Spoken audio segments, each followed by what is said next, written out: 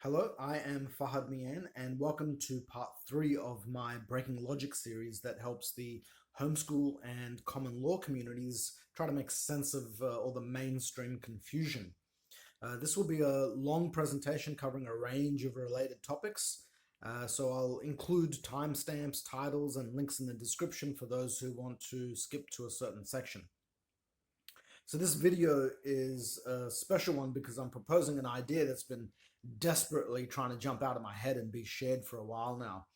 I'm calling it the New Standard Dictionary Project, and it'll offer a unique opportunity for homeschool community children to play a key role in the formation of a new dictionary that better represents them and the way they want to express themselves into their own futures. It'll instill them with greater confidence in their communication as they grow, and it'll empower them with the knowledge that they can do better than the institution of PhD scholars who are responsible for the horrible state of the dictionaries that we use today. I want children to look at the current linguistic academics and think, I can do a better job than them, and then actually go ahead and do it. I know it sounds like a really daunting, monumental, unprecedented kind of task, and it kind of, in some ways, is. And I brushed off the idea several months ago thinking there's no way that this could be done. Then I figured out a really simple way where it not only can be done, but it reveals why it desperately needs to be done. I'll explain the general process of it now. Okay, so this is my proposal for the New Standard Dictionary project.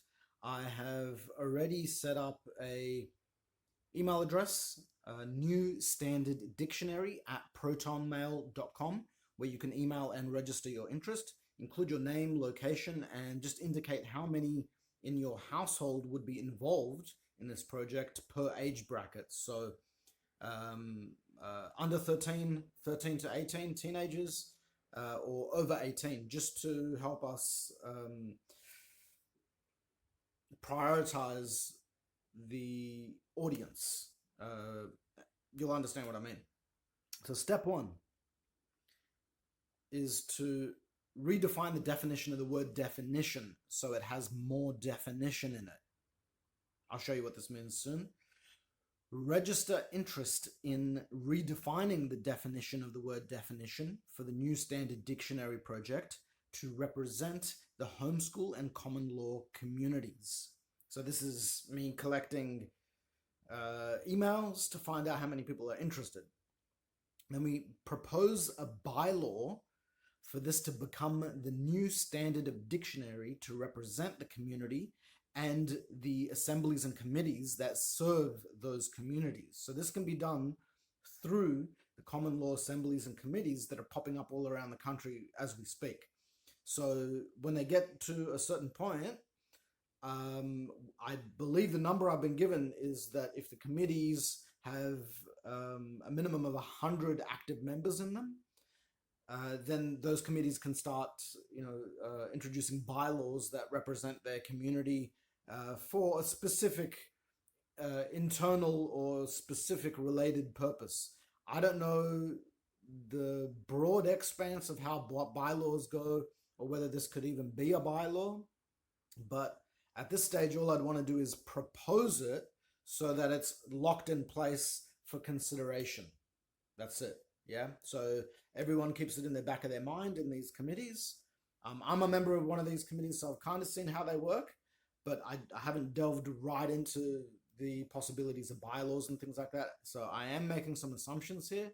If someone can correct me, feel free to correct me and point me in a better direction for how this can be done. Anyway, step 4, we develop and distribute a website with simple instructions and methods of language analysis for appropriate age groups, allowing for the project to extend to the etymology, which is the history of words, and the usage of legal or lawful terms as well. So the etymology and the legal and lawful kind of terms and their ratification or their correction for repurpose to be used in a more accurate sense so we can avoid confusions and things like that is a more advanced end of this scale, I think. The door to open it, however, I believe will be through the younger generation and the excitement that they would feel knowing that they can be trusted and be given the responsibility to actually inform the decisions that go into a more casual kind of social dictionary. Step 5. Ensure security for registered members and integrity of data, so people can't just change the meaning of words to poo-poo or pee-pee or insert subversive ideological opinions. This project, it seeks to build a community defense, a cognitive brain defense against propaganda, indoctrination, and subversive manipulation. Subversive means like under the rug so you don't notice. So people manipulating you with language without you realizing it. So overall, it'll help people starting from the youngest generation where kids start to learn how to read and find out the meanings of words and how to use dictionaries. It'll bolster them with the awareness to prevent subversive manipulation as best as possible based on their individual characteristic. Step 6, display community feedback and suggestions on a real-time online forum as a live development resource, which involves the following process. You take a word entry from an existing dictionary. Parents and children get to choose the level of difficulty here depending on whatever word they think is, challenging or not challenging, whatever the entry point is for them, they can choose it. The parents and children evaluate the existing meaning with their peers and brothers, sisters, siblings, uncles, aunties, anyone who's around that wants to discuss it with them. C, upload suggestions for minor changes to the entries based on 1, the redefinition of the word definition to add more definition, and 4, the basic set of instructions and methods that will be developed to distinguish or point people in the right direction. Now, these methods have already been developed. They just need to be tweaked a little bit and recontextualized for specific age groups to be put into specific learning type materials and examples and things like that. It doesn't have to be difficult at all. D, upload suggestions for recategorization of entries based on 1, the redefinition of definition so it has more definition, and 4, the simple instructions and of analysis and methods when 5C is not possible. So when a minor change doesn't seem like it's able to occur, i.e. if that specific word is just by its nature confusing and it's difficult to avoid simplifying it and making it clearer and easier to wrap your head around, when that can't be done, then that word is recategorized, i.e. it's not included in the dictionary. It's not called a definition because it fails part 1, and it gets put into a different category, into a different book. And we can call that abstract, subjective human constructs or something. I don't know. I haven't figured out a categorization for that yet, but it could be separated completely. And those specific words can be seen as words that we need to be more careful of when we see these words, or when we think about these words, or when we speak these words, or when we hear other people talking about these words. So they're words that we would be uncertain of and that we generally know may lead to confusion. So in that situation, once we spot one of those words, we can ask for more information and more context and more meaning so that people can be on the same page with their communication and find more agreeable positions to be on rather than conflicted positions. And E, the community openly discusses the suggestions to collaborate towards appropriate and effective changes. So this is the community themselves making decisions or coming to agreements themselves on this open forum website, where we can all see and discuss things openly. F, propose and vote for specific entry suggestions to be passed in a bylaw to be recognized as an official community entry into the New Standard Dictionary project. So once an entry for a word from an existing dictionary has been largely agreed upon by the community and agreed upon by the members of the assembly, common law assemblies, and committees that represent those communities, then it can be locked into place as being part of the proposal for an entire dictionary. And then it gets solidified on the website as being an official entry that we can refer to, rather than an entry that's being discussed and suggested and people are still uncertain about whether it we can commit to using the description or meaning or explanation of a word in a specific way. And it needn't be as complicated as you might think. It's actually going to be real simple. And then H, we repeat the process from 6A until existing words and terms are exhausted of suggestions, or until the people are exhausted with this process, or until we don't feel that there's any more reason to change or modify or recategorize any other words. Number 7, it'll be the first time in recorded history where the current generation of children will inform the creation of a more accurate level of communication than the generations of scholars and academics that directly preceded them.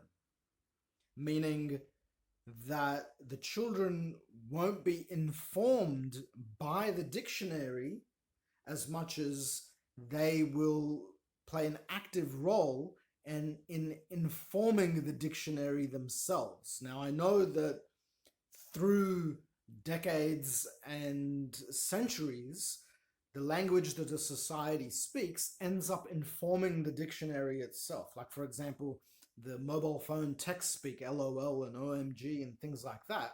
That's only been around for about 20 years or so, but it's become almost so commonplace that strangely people verbalize and say some of these terms, even though it was only introduced as short form text for our limited character space in SMS and text messages.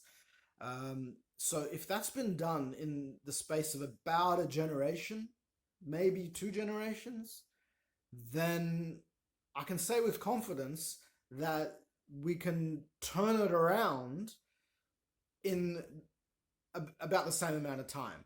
So it shouldn't take any more than 1 or 2 generations for the language to be ratified or corrected as we want it to be corrected, as the community wants it to be corrected, based on a basic set of principles that align with the principles of truth and common sense and logic and rationale and reason. Even though this series is called Breaking Logic, it's about breaking conventional logic to wrap your heads around a more realistic logic. Have I written more here? That's it. That's all I've written there. What I'm going to do now is jump in and show you why this needs to happen and go through the thought process of what I imagine children and parents and day-to-day people, anyone else, would also be going through this process to make the suggestions and changes that are part of this proposition.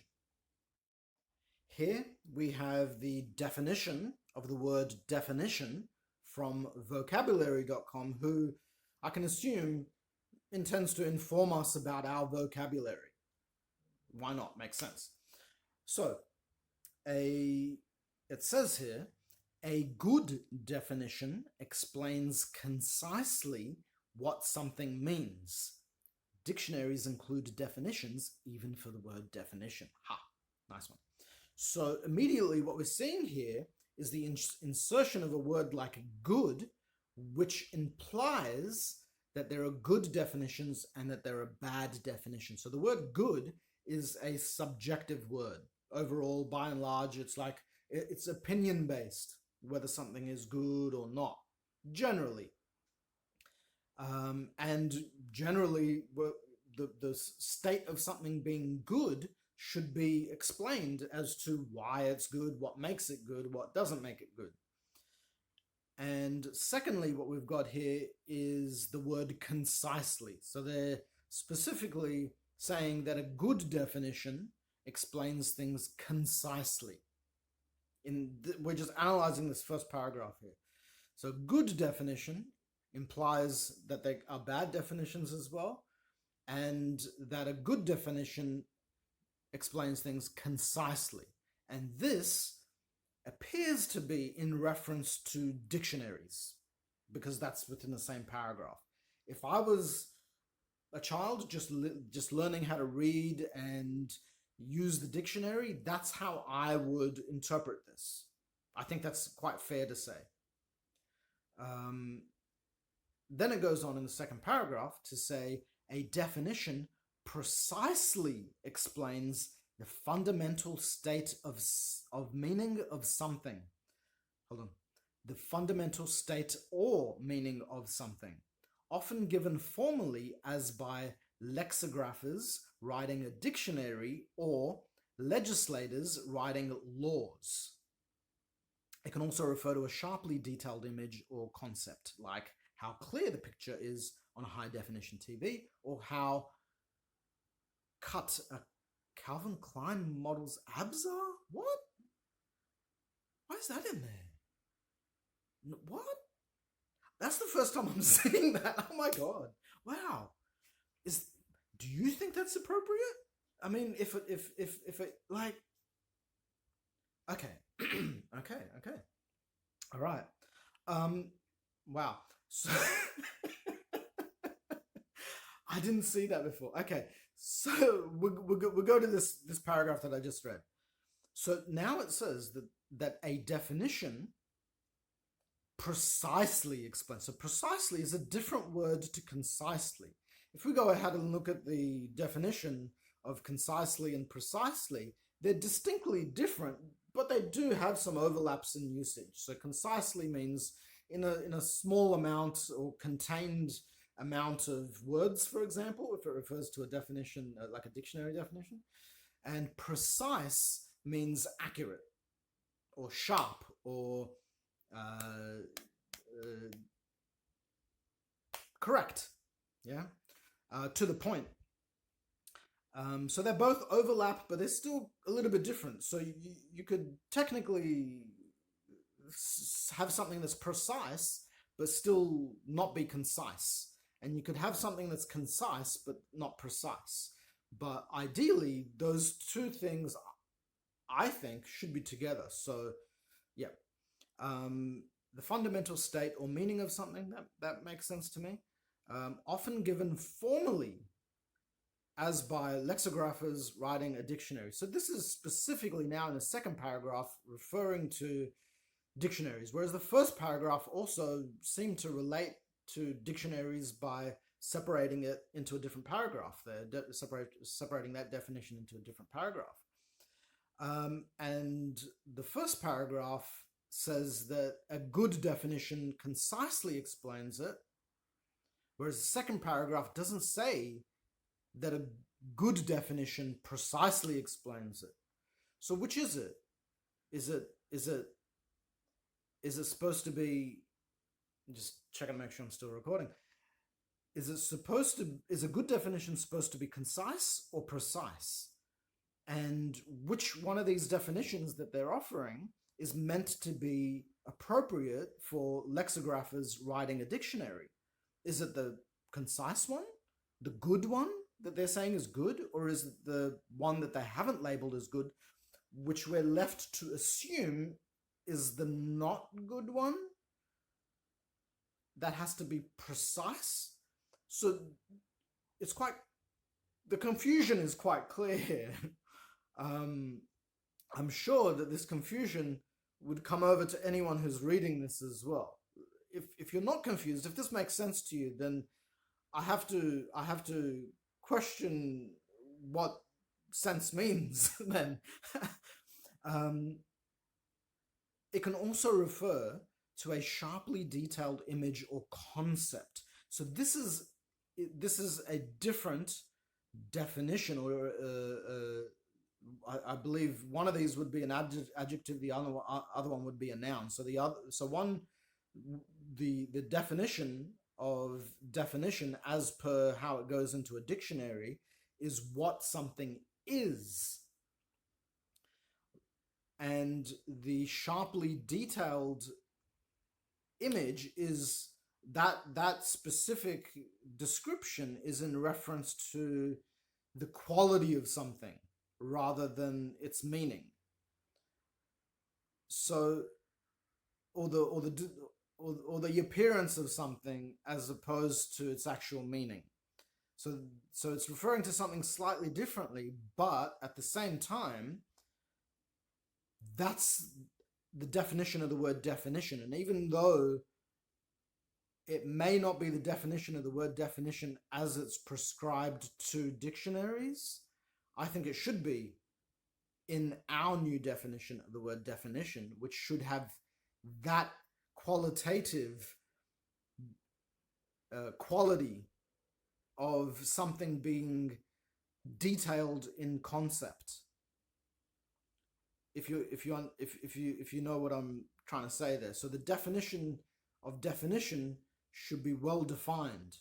So in our new standard of dictionary, there will be these three components of what a definition is. A definition is called a definition. It has the description of being concise and precise, which leads to it being well defined. So a definition in a dictionary, a dictionary definition should be well defined. That is the very basic description of the definition that I propose to be for specifically for our new standard of dictionary. If that doesn't make sense, please leave a comment and let me know. I'm hoping that it does make sense, and we'll move on. But that comment about like how clear the picture is on a high definition TV, that should have been enough. Or how cut a Calvin Klein model's abs are? Do you think that should be in any definition of the word definition? I'm not going to make any sort of judgment call on this, because I'm only going to make judgment calls on really clear-cut stuff that are very close to, whether something is confusing or not. So that last one about the Calvin Klein model, I think is very subjective, and I'm going to leave it up to the community to decide on whether something like that should be included in any definition or not, or specifically this definition. Anyway, we'll move on. And I know I'm using DuckDuckGo as my browser. I'm moving away from that because they seem like they're censoring or doing weird stuff like that. Okay, so now I'm going to go on to the definition of the word definition, because we have to look at multiple dictionaries or multiple sources to help us find a correlation or a pattern between different descriptions and explanations of words. So this is the noun of the definition, or the noun of definition. 1a, a statement of the meaning of a word or word group or a sign or symbol, as in a dictionary definition. So that is Merriam-Webster's definition of definition as they are prescribing. It seems as though they're prescribing it to refer to how a dictionary definition should be. And 1b, a statement expressing the essential nature of something. Okay, I can go with that. The thing is, we'll go to C, a product of defining. Okay, all right. So you define something, it becomes a definition. Okay, I can see that. So we're going through the process of 1C somehow. Okay, first I want to look at this. I want to know, because in the previous definition we were looking at from vocabulary, they said what a definition does. It explains, and I can guess what explains means, right? But this Merriam-Webster dictionary doesn't say anything about explaining. It just says that it is a statement. So now we have to look up the definition of the word statement as what Merriam-Webster says it means, because I think I know what it means, but now I'm unsure. I have to make sure of what their definition of definition is actually referring to when it says statement. Have I got statement here? Statement, subjective. You can see where this goes by looking at my other thingies here. Statement, bear with me. Definition.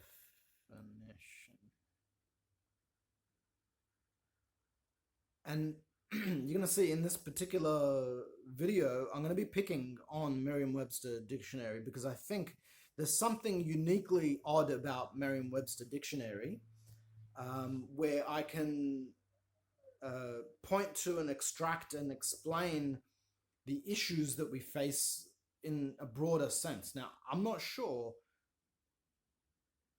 Actually, I'm pretty sure that Merriam-Webster dictionary both informs the people that read these definitions and is informed by the people of society reading the definitions. What I mean by that is that from my estimation, from my observations, it appears as though the way the general public uses language and the way they assume a word has meaning, or what they assume it means, correlates quite closely with the way Merriam-Webster describes things, which is not to say that I think it's the best way to describe something, but it explains the confusion quite well, is what I'm trying to say. Okay, so the definition of statement by Merriam-Webster dictionary, who said that a statement, the definition of a word is a statement that describes the meaning of something, or goes through the statement of the meaning of something. Okay, so definition of a statement: something stated as such. Okay, a single declaration or remark. Okay, an assertion. Okay, a report of facts or opinions. Okay. So when I saw that, I was like, hold on, facts or opinions? All right, so that opens a door for us. Keep in the back of your mind that what we're doing here is we're trying to distinguish between facts and opinions, or what is clear and what is unclear, or what is objective or what is subjective, depending on your level of vocabulary with those particular terms. They kind of all refer to the same thing. What I just said. You'll notice that when I use certain words like objective, I will endeavor to use a bunch of other words around it to add more context to what I'm saying when I use the word objective. Okay? And that's because I think it's important to do it with words like objective. Okay. The act or process of stating or presenting orally or on paper. So I'm looking through this, and I'm not actually seeing. So a statement can still be an opinion according to Merriam-Webster, and you can look through this. There does not seem to be, there doesn't seem to be a reference to what kind of statement, the definition of a formal statement. The closest word to formal that I can find here, or something that may represent what goes in a dictionary, is what I'm looking for. Okay, something with importance, more importance on it. Yeah, and the only word that I can find here that may relate to that is report. Because when I think of the word report, I think, it has to be a serious thing, because you're presenting it to a bunch of people, or your teachers, or someone who's asked you to do a particular thing, or you're presenting important information to people. And fair enough, important information could be your opinions, but where do we distinguish between a statement used for the purpose of a dictionary definition and any other report or any other type of statement? And Merriam-Webster dictionary has not done this. That means that from what I can gather by reading this and looking at the previous one we were looking at, the definition of definition by the same dictionary, their dictionary definition of definition for the purpose of the dictionary is open to being an opinion, or open to interpretation, or open to not actually being a fact. That's what it appears as though it's telling us. And we'll continue to go on and unravel this great Merriam-Webster dictionary mystery. Again, I would implore people to look at other dictionary definitions and not just hang off one, because once you start doing that and comparing them, you'll see more of the problems. You'll be able to work through this quite well. Now, the first word that came to mind for me when I was thinking, okay, if a child is sitting there with their parent and deciding on what word to pick out of an existing dictionary to try to find out if it can be corrected, or whether they think it's appropriate or not, whether it makes sense, was park, just the word park. Okay, so we've got park where you've got trees and grass and animals, and you've got a park like you can park a car. We will go to the definition of park, and I just stumbled across this when I was doing my research and going through the motions of making this video to present to all of you people. So I'm thinking in my head the thought processes that may go on between children and their parents. Yeah. So a park is an enclosed piece of ground stocked with game, and game, I know, people can look up, game refers to wildlife, and held by royal prescription or grant. That's a bit of an odd one. I think that might need to be looked into. Royal prescription or grant. What does that mean? And I hope that, diving into this, children and their parents would go into this in further detail. It sounds like it's leading into some sort of legal, lawful kind of territory. Yeah. So that deserves, to be perhaps put aside for further evaluation later. But we want to try and keep it simple right now. A tract of land that often includes lawns, woodlands, and pasture attached to a country house and is used as a game preserve and for recreation. Sounds okay to me. I think, generally that sounds okay. 2A, a piece of ground in or near a city or town kept for ornament and recreation. That sounds reasonable to me as well. I don't have a problem with that. 2B, an area maintained in its natural state as a public property. I can go with that, yeah. 3A, a space occupied by military vehicles, materials, or animals. And I would imagine that it's at this point where a child and their parent would be like, what? And that I'm imagining everyone reading this is going through that. So what are they talking about? A space occupied. So a park is a space occupied by military vehicles. I'm assuming that that refers to military materials or animals. Military vehicles, materials, or animals. Is that saying that animals can be military? Or is it saying military vehicles, material? Should it say military vehicles, materials, and animals? What kind of material? What? That to me is confusing. And I think everyone should self-inquire about whether that term should be in a new standard dictionary for our community.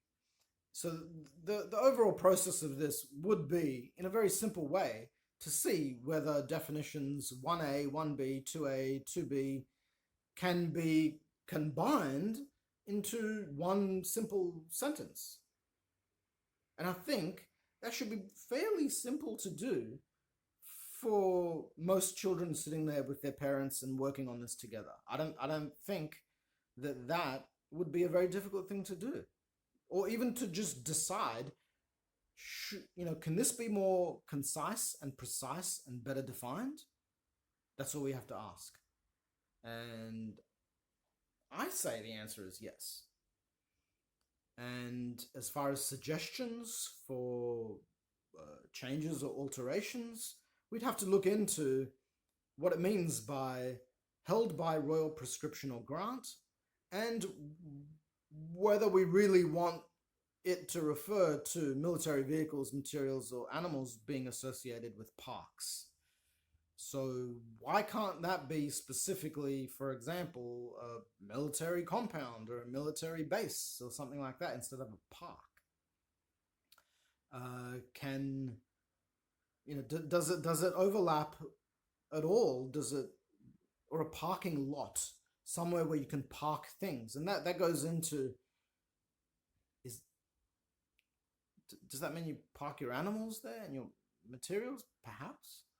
So these are all inquiries I'm going through in my head that I imagine everyone else will be going through as well. And then we've got an enclosed area or stadium used especially for ball games. I think that can be referred to as a distinctly different type of park than the ones above. An area designed for a specified type of use, such as industrial, commercial, or residential use. Amusement, for example, amusement park. Okay, well that can probably be combined with number 4 there. Out of the park, baseball reference. Okay.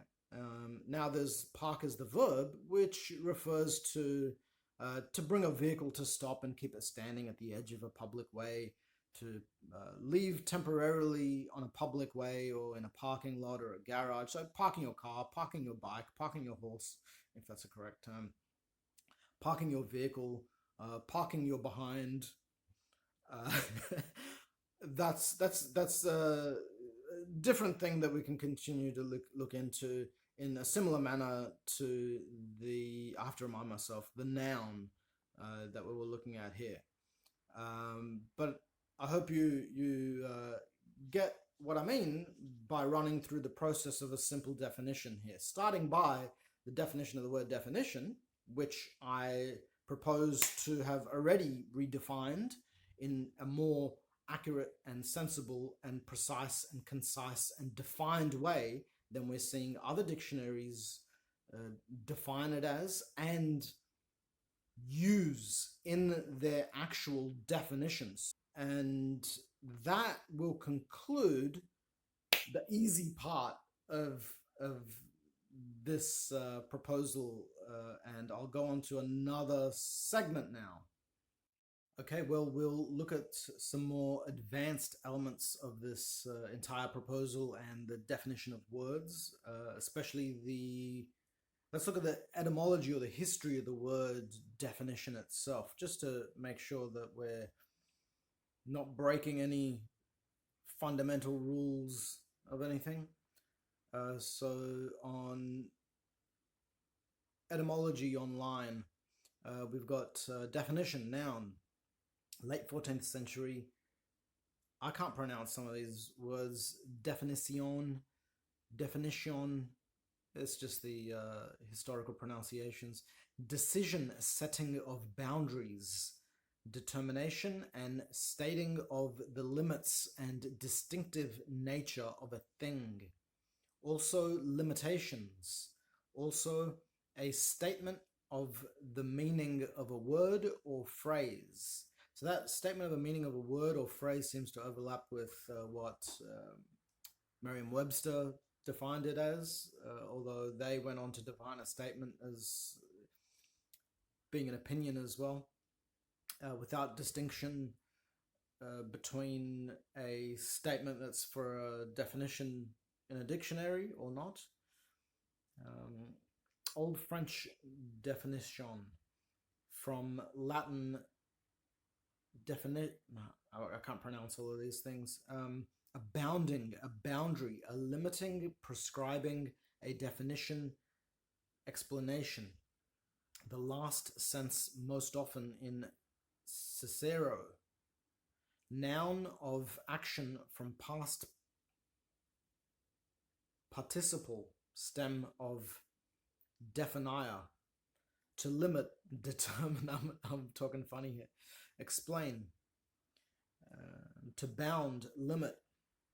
Boundary, end. Finish. In logic, meaning. Act of stating what something means. Is from 1640s, meaning a degree of distinctness of the details in a picture. Is from 1889. So when I was saying previously that the core part of the analysis and thought process and inquiry process through this whole dictionary project involves mostly creating the distinction between objective and subjective, or whether something is clear or unclear, or whether it's an opinion or whether it's a fact. So that appears to, this definition, this historical definition, appears to be focusing quite heavily on those boundaries and distinctions that we're talking about that characterize something as being what it is as opposed to what it isn't.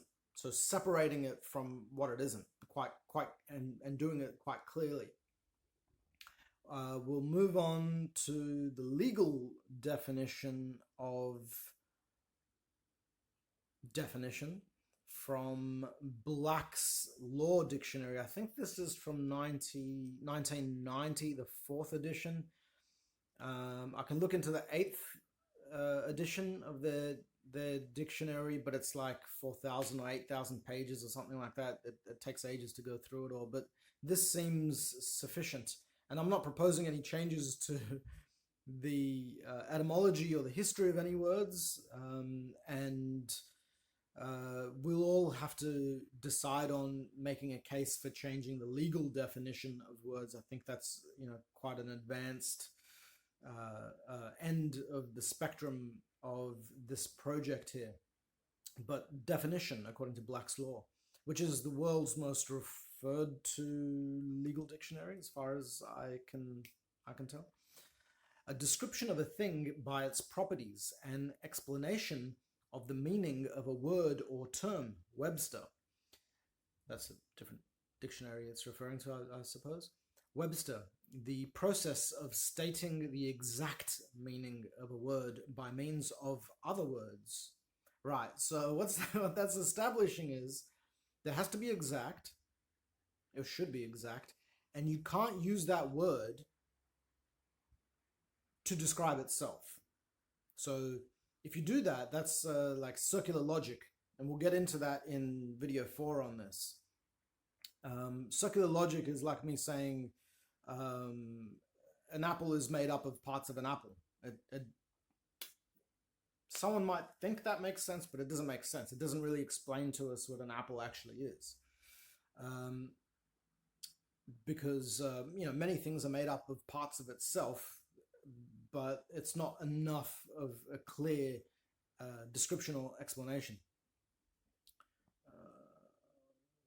such a description of the thing defined, including all essential elements and excluding all non-essential, as to distinguish it from all other things and classes. So in the previous examples we saw, where there was, for example, the definition of park by Merriam-Webster, there seemed to be a lot of things that their definitions extended out to. They started describing other things, like military compounds or military bases, and that seemed to be under the definition of park for some reason. So in that example, that inspires more thought about what's actually going on here and how careful we should be with some of our words. Now what I'll do is move on to a rather intense and advanced word as far as philosophy and a lot of things go. So it's the definition of the word objective. So we've got it here as Merriam-Webster Dictionary has a statement about it. Less of a definition now from what we can see, and more of a statement that may be a factor in opinion according to themselves. And what I want to do first, though, is look at what the opposite of objective is, because in a lot of a lot of philosophical arguments and logical arguments, the definition or use of the word objective is often countered with a comparison by something that's subjective. So we're just doing a search on subjective versus objective, and this is dictionary.com, and I'm just going to focus on specific statements here that I found. Where are we?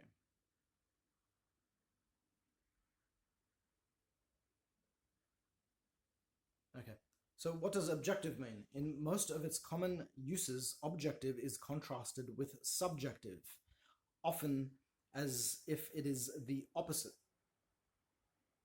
Objective most commonly means not influenced by an individual's personal viewpoint, unbiased, or at least attempting to be unbiased.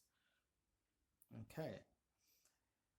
It's often used to describe things like observations, decisions, or reports that are based on an unbiased analysis. That's what that's what they're saying objective is. And it's often used as if it's the opposite. So objective is often used as if it's the opposite of subjective. And again, when I say objective, this component of this presentation will focus a lot on creating a distinction between objectivity and subjectivity. And one of the ways we do that with the definition of objective itself is by looking for relative comparisons. So the opposite of relative is absolute. So absolute means something that's complete or whole, like getting 100% in an exam, whereas relative would be like getting 80% in an exam, but none of the other students got more than 90%. So that puts you in an 8 to 10% top percentile band.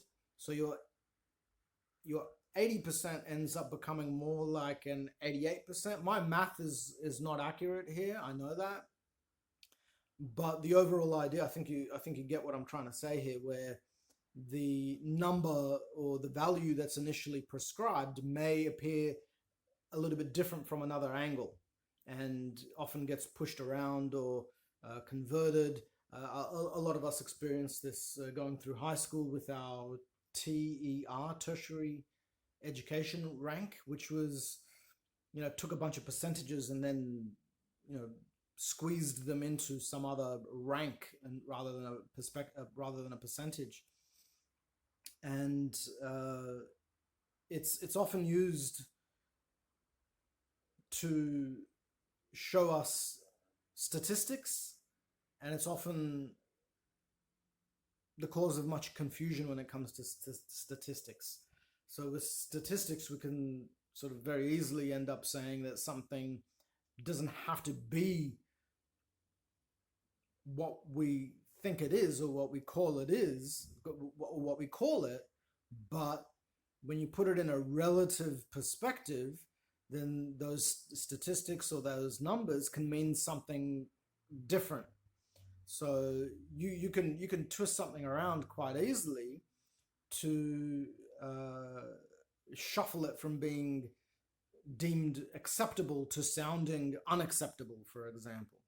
And there's a lot of that that's been going around, especially over the last 3 years. So that's one example from dictionary.com about subjective versus objective. Here is, I don't know who these guys are, grammar rules, subjective versus objective. I just did a search for this, and I was trying to look for what other people say about objectivity and subjectivity. Here they say the word subjective is the exact opposite, and I've said that's in their description, after their description of what objective is. So here we can see it says the word subjective is the exact opposite. It describes information that's based on personal opinion or personal interpretation. And a lot of these terms will end up overlapping and confusing, and that's really what is problematic. The English language is very much drowning in poor language that's easily confused. So now we've got project topics, the difference between subjective and objective, and they explain the differences, and they also say objective is totally opposite to the subjective in all terms and nature. So we've got multiple sources here, and I'm establishing that multiple sources here are saying that objective is the complete opposite of subjective, and they've got this in legal rights here, which I think there's some very, I think I scanned over some really important stuff here. Our beliefs, what is subjective? Subjective.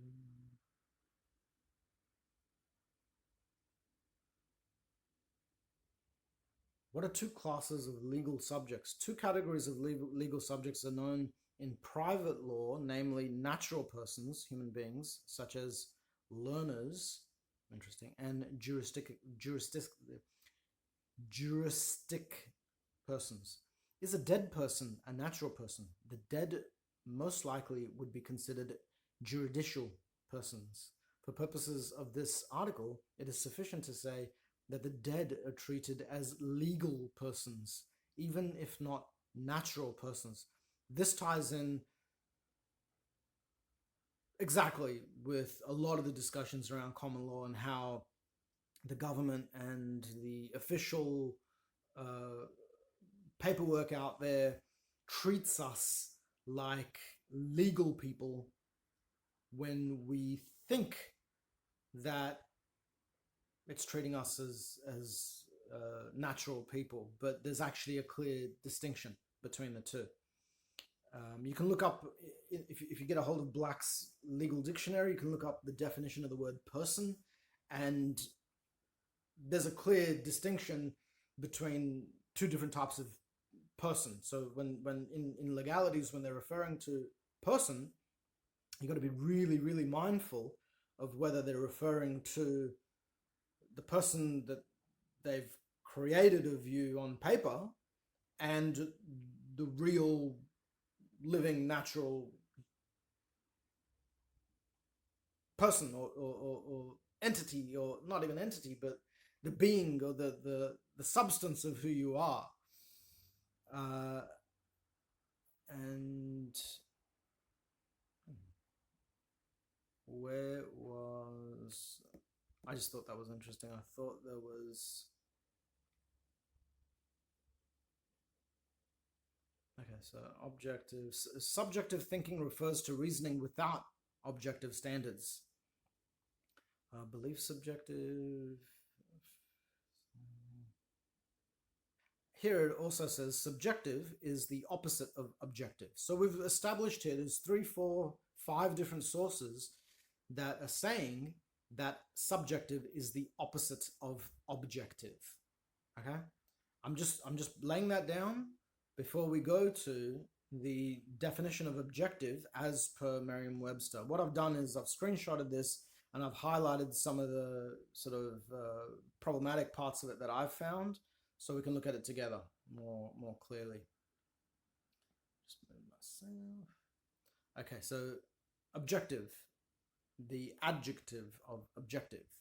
So definition entry 1A. So 1A and 1B are the same, I guess, usage or contained within the same or similar usage of the word. That's how I see this as. So 1A, expressing or dealing with facts or conditions as perceived without distortion by personal feelings, prejudices, or interpretations. 1B, of a test, limited to choices of fixed alternatives and reducing subjective factors to a minimum. Okay, so what we're seeing here as far as the making a distinction between something that's absolute and something that is relative, the term without is an absolute term. It means none of something. Now, when we look at 1B, when it says reducing subjective factors to a minimum, minimum is a reference to something that's relative.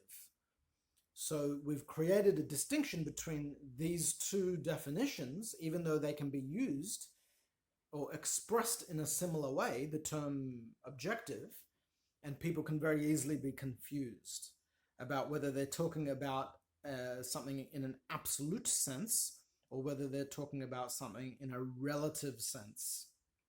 Since we can see here that even if we reduce subjective factors to a minimum, that we can still have a minimum amount of subjectivity within objectivity. Yeah. So our facts, dealing with facts or conditions, can include a little bit of opinion. That's what I'm getting from this. So there's this blurring of the line between what is and what we think may be, for example. Now we go on to 2A. Of relating to or being an object, phenomenon, or condition in the realm of sensible experience, independent of individual thought and perceptible by all observers, having reality independent of the mind. So the first word that comes up to me is sensible. So do you think that something being sensible is objective or subjective? Does everyone think that the same thing or the same phenomenon is sensible? Who decides what is or isn't sensible?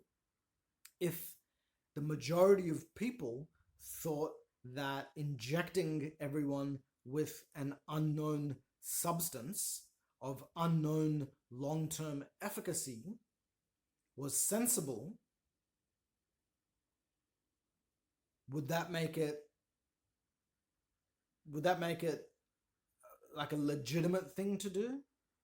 And I understand that we're not talking about objective in terms of what is correct or what is not correct, but the term sensible in here throws in a massive variable for the determination of what is objective, what is fact, or what is not fact.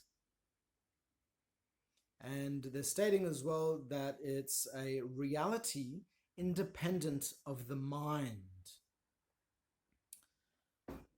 We'll go on to 2b, involving or deriving from sense perception. Now, what is a sense perception, if not something that gets processed by the mind? So every sense perception that we have is through a limited perspective that, even for example, our eyeballs, the way we see things around us aren't actually how those things around us are. Our mind, our visual cortex, tweaks and twists and adjusts things for the purpose of, I guess, safety, to make sure that we don't start walking on the ceiling, because our eyes actually do optically see upside down, and our brain flips it the other way around again for the purpose of safety. So we're not walking on the ceiling, or trying to. So everything that we do observe is being processed through the mind. So everything that derives from sense perception is somehow, and I can't absolutely say everything, but I have to say that it's a good amount. We can't separate how much of our sense perception is influenced by the mind and how much it isn't, even if a large amount of people have the same sense perception. For example, the sense perception that injecting everyone and mandating a injection of unknown efficacy is something that should be done, that it's an objectively valid proposition. So again, 2a and 2b, independent of the mind and deriving from sense perception, conflict one another. Yet people can refer to these things, refer to the term objective in a manner where it may be unclear whether they're talking about something that's completely independent of the mind, and something that may be related to or influenced by a commonality of the mind, of everyone's minds. Now, a symptom of disease perceptible to persons other than the affected individual. I'll leave that to other people to look through. Now we've got existing as an object of thought without consideration of independent existence. So it's an object of thought. So if we all think the same, hypothetically, if we all think of something the same, or majority of people think of something the same, without considering whether it exists independently or not, then we can refer to it as something objective, which it says here, used chiefly in medieval philosophy. Now that description, existing as an object of thought, what is an object of thought? An object of thought is dependent on the mind.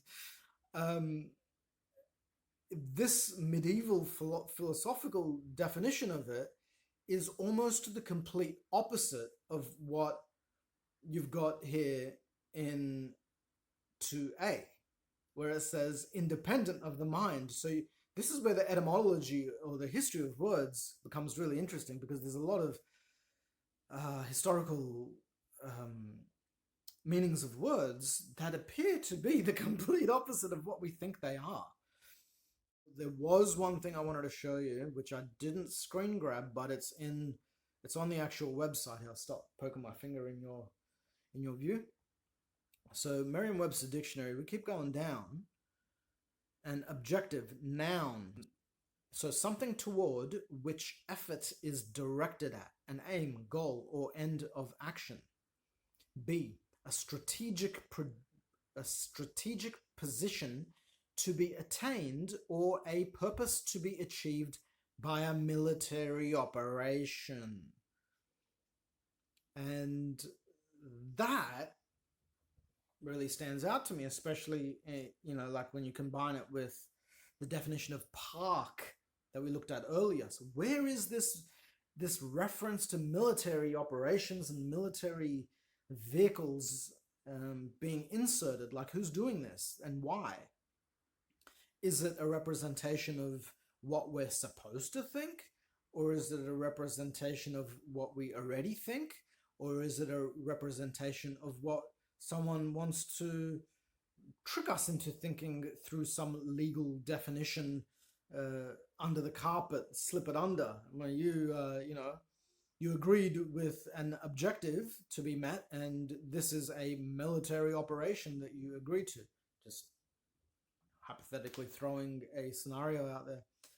Then we've got objective, another noun of it, a lens or system of lenses that forms an image of an object. So this is in reference to perspective or limited perspective. In optics, when we talk about a particular lens, say a 50mm optic, it's referred to as an objective. And that particular objective is never considered to be the complete perspective. It's considered to be a limited perspective from a particular angle of viewpoint. So this particular noun definition of objective is the opposite of objective. It's a limited perspective, which opens itself up to being open to interpretation, open to being an opinion. So that in itself may or may not be an issue for some people. Overall, I would class the word objective as being something that cannot fit or does not fit within our New Standard Dictionary definition of definition, which is supposed to have definition, or more definition than the current definitions use. So this, as far as I'm concerned, would be recategorized out of the dictionary and be put into a different book or a different categorization where these are not called definitions, and therefore be categorized as a word that we should be very careful about using.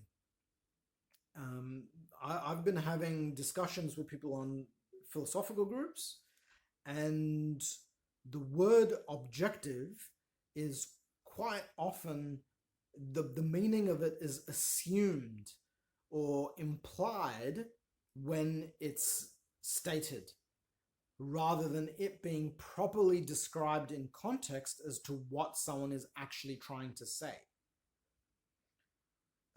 which is problematic. I find it problematic, and I think on the advanced level of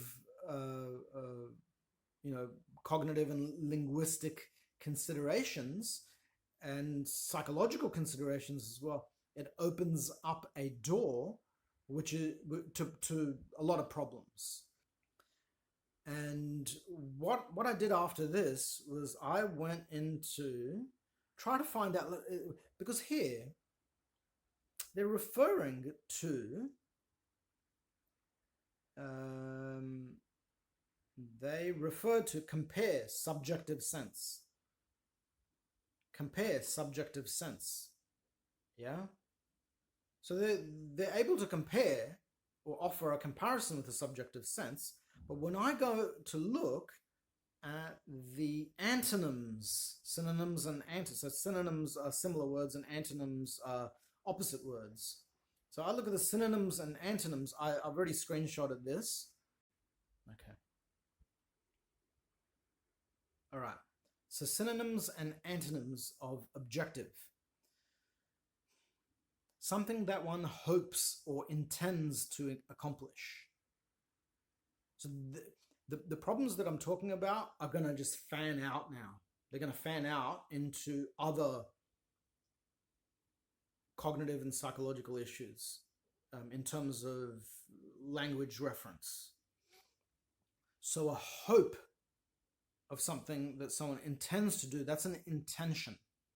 It's not what something is in terms of the actions or outcomes from someone's hopes or intentions, but it's the mindset or thought that one has preceding, that goes before the actual thing that you're hoping to do being actualized, becoming a reality. So it exists in the mind. So hopes and intentions exist in the mind. So that's a synonym. Or it's a synonym. Yeah. So that's a similar word. So other synonyms: ambition, or a dream, or an idea, or intent. So I understand that we're crossing over to the noun of the word objective as opposed to the adjective, but we saw that even the adjective of the word objective was open to subjectivity, which is it's a problematic issue with the English language. That's what I think it is. Words related to adjective: desire, hope, mind. So the word mind is related to objective, even though in the definition for the adjective of mind, and I understand again this is in reference to the noun, but the noun for it's just really weird. This is really weird. So the noun for objective can refer to the mind, but the adjective for objective is independent of the mind. Yet there's a blurring of the line between the two. I'm repeating myself now, but this is a nirvana. Objective, nirvana. Wow. Not the band, but the state of spiritual awakening or something like that. Like it's a transcendental meditative state is what that is, which I'm sure that anyway you can look into that. Now we've got the adjective of objective and synonyms. So we've got existential. So that means a matter of existence. So I've got them in pink because they contrast with the ones in yellow. So they kind of polarize and play opposing sides between the adjective and the noun here. So existential. And words related to objective: indisputable, demonstrable, provable, verifiable. Near antonyms. So now we're talking about the opposite of the adjective of noun, adjective of objective. Near antonyms: hypothetical, okay, metaphysical, which means beyond the physical but related to it.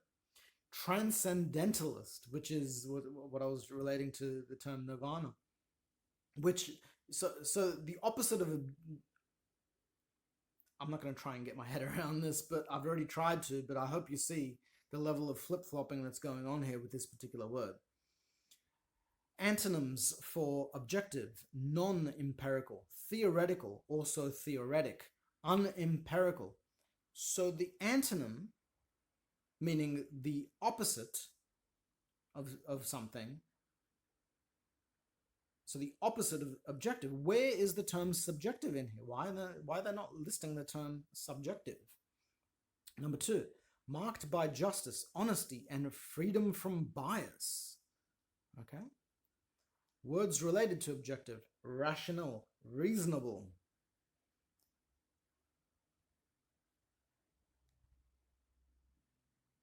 Near antonyms: deceptive, arbitrary, So arbitrary kind of means uncertain or neither here nor there. You can't quite put your finger on it. It's sort of, uncertain, arbitrary. I think that's what it means. Colored, weird. Distorted, warped. Antonyms for objective: biased, ex parte, inequitable, non-objective, one-sided, partial, partisan, prejudiced, unjust. Again, where is subjective in their list of antonyms? Now, I thought I was going crazy at this stage. It's like, do I actually know what the definition and the meaning of the word antonym is? Have I got it wrong? At this stage, I was going nuts. Almost going nuts. So I looked up the definition of the word antonym according to the very people that we're looking at here who are using the word antonym to describe things. And a word of opposite meaning. So if there are 4 or 5 other sources and dictionaries saying that the opposite of objective is subjective, why isn't Merriam-Webster acknowledging this? Why aren't they? Yeah, I'm not saying they're doing something wrong here. I'm just saying that this is something for consideration. And this is a very good example of why we need a new definition for the word definition with more definition in it. So we can have more clarity and less confusion and more concise, easy to wrap your head around kind of language and communication. And the words that cause confusion, we put them aside and we know, hey, you got to be careful. I am going to leave it there because this is, in the philosophical circles, this is an endless loop debate whether something is objective, subjective, objective, subjective, and how you talk about it. And it's so easy to say something in a way where you either leave yourself open to falling into some sort of a verbal trap, or you induce a lot of confusion. So in the next video, part 4 of this series, I'm going to go into how empathy is not a virtue. And that's going to be a fairly dramatic video. It's not going to be for the sensitive, but I implore that everyone should watch it. And it ties in directly to the lack of distinction between objectivity and subjectivity, and why I think it's imperative that we instill our children with the ability and the awareness and the cognition to think about and be aware of trying to pick that distinction between objectivity and subjectivity. It can't always be done. Sometimes it shouldn't be done. Sometimes it's appropriate for it not to be done.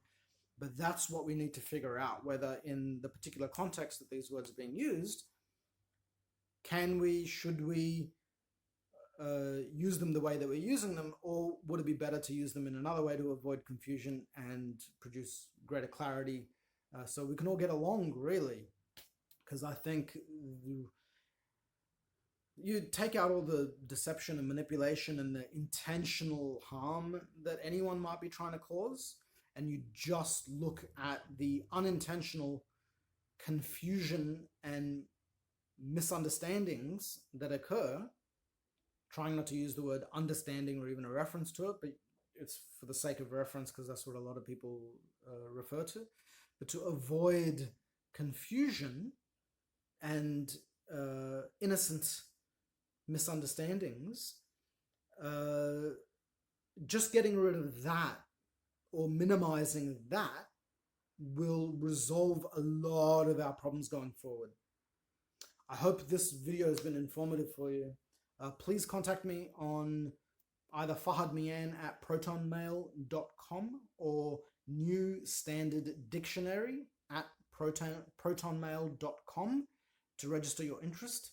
And I want to try and get this ball rolling so we can lock something in place and have it in the back of our minds, so we can start to repair our communities from a conscious level first, because that's the first step. You need to be consciously aware of these problems with language, and that's when things will start to get fixed up. The more we're aware of this, rather than letting it seep in, under the rug or under the carpet without us knowing, to be aware of it, we can fix these problems and we can correct them ourselves, and we can turn things around a lot quicker than the sort of organic way that it gets done through text speak and slowly changing the definition of a word like vaccine, which doesn't mean what it meant to mean